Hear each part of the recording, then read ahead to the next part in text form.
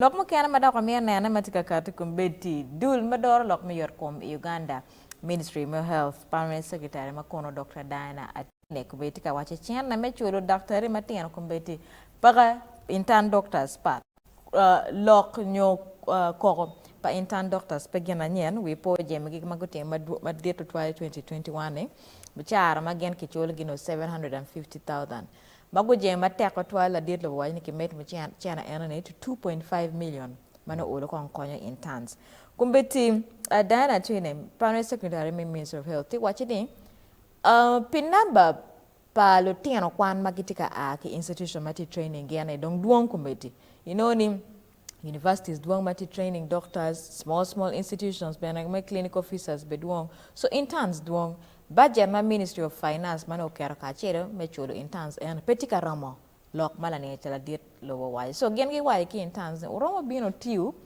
at this 750,000 no Ministry of Finance futi get to budget ka chere me CULU 2.5 interns jemo so kumbeti kiti wachinga there's a mismatch meeting pere can Ministry of Health ka chelo ki interns ma is understandable kadong la dit lobo waja kuja ne ki CULU 2.5 why can Ministry of Finance get that money well jimario matika time en kiti waja mismatch ki bora aner ni wel chiana makibera chule obero ali mia bero ki PR beach ma president waja ki met chiana pa scientist ke mero chiara million rio ki ali mia beach enta mero wachini Local president no merki implementing short. Eto kaki implementing pi bini lokum chiane.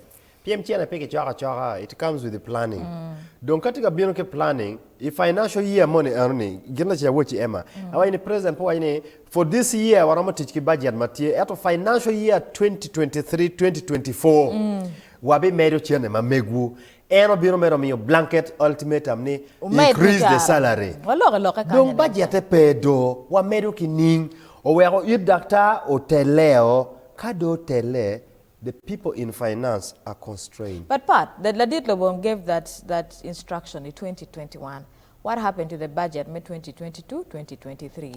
Now that is the question number one when we doc what in year 2021 2022 2023 ngamo team ka president wayo was it put in the budget kaki carry budget why are they not being paid that is where there's a source of contention manyote ministry make recommend why ni one piwa kwaro chuluwu ento chene pe does it justify ni chene ene pike carry budget ka pike carry budget well and good ento bene it is open ki waje ni ene ka dana tiene wano pe ki chene ema wa pe kwere chi won motie waone orama kong pitutunu teach I will chena eni joma ramo chiero ka teach willingly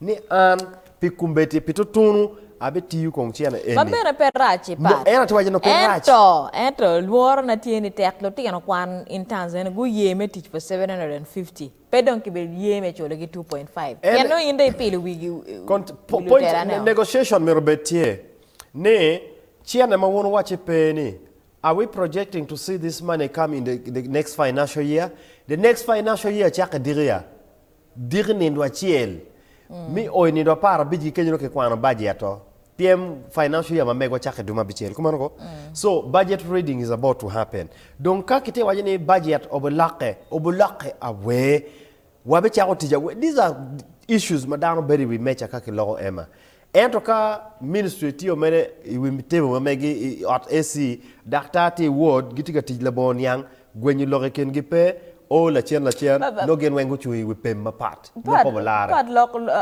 ka watching in side pa Ministry of Health be you can understand ne ka Ministry of Finance pochwal egichian and again pegirama choro data incapacitated yes but also Ministry of Finance kira waje kerene ka pego chok machor madong kira wana kene kumeri donors be pegiti kamayo chana madong chana weng miro gen non ki bornga machor mawan wa boloni menen kumeri tax base kitika metene left right and center on diapers on mobile money on ho well you are ewo chok machor marama so chana be Ministry of Finance kumberi miro wachul kono we po biakli maina neche ibe ka gena ka hosting kanyi The biggest chunk was going loan mamegwa.